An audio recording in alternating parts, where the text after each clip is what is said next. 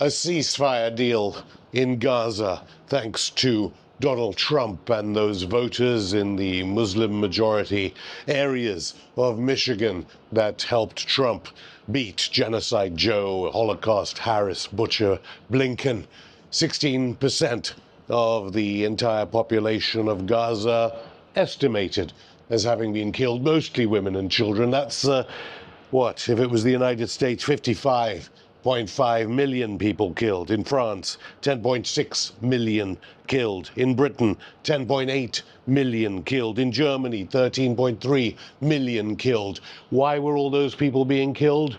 Well, on the altar of the profits of the big defense and arms companies of the United States, the European Union and Britain, but also because of the obvious belief that it was the right thing to do. That can be the only judgment based on Butcher Anthony Blinken, brought up by a stepfather close to Robert Maxwell, the person involved in the Epstein saga through his daughter.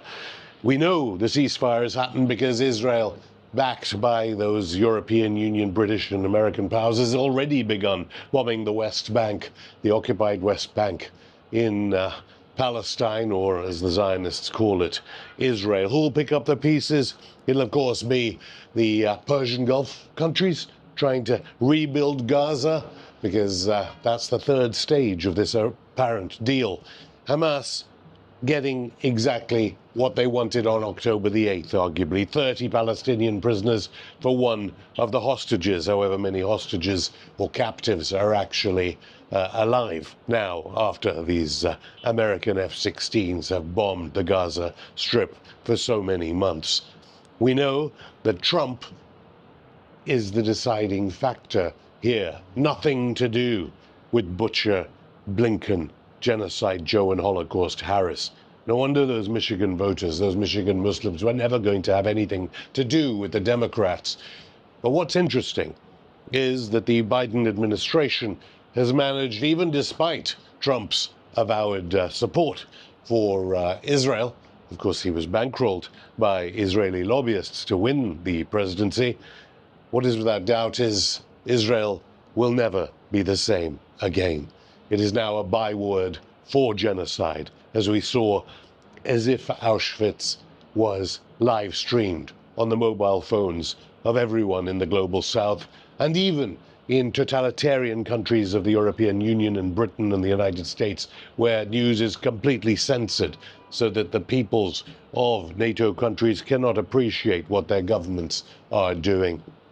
Israel is over, in effect, destroyed by a combination of Butcher Blinken, the Biden administration, and the Netanyahu government. Mossad channels already saying this was the deal for October the 8th. What was the purpose of this?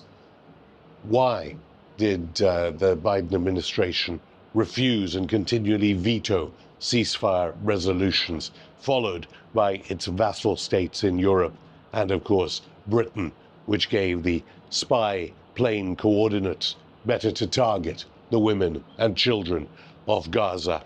No one will ever forget, least of all in the Arab world, what Britain, the European Union, and the United States have stood for these past months. Forever they will be remembered as genocidal, regardless of any verdict, regardless of possibly the end of that court under a Trump administration. It has been terrible.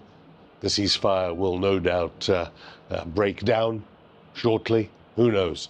In a matter of days, in a matter of weeks. But Donald Trump is at least trying to stop the violence. As he said, he wanted to stop wars. He cares about peace. What will that mean for a Trump term that begins in a few days' time?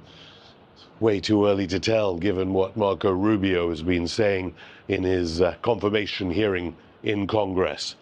But certainly for now, Hamas will be celebrating the fact that the avowed intent of the operation, which was to release the captives tortured for so long by UK, US, EU armed authorities in Israel, those captives will be returned, and some of them very important civil rights leaders.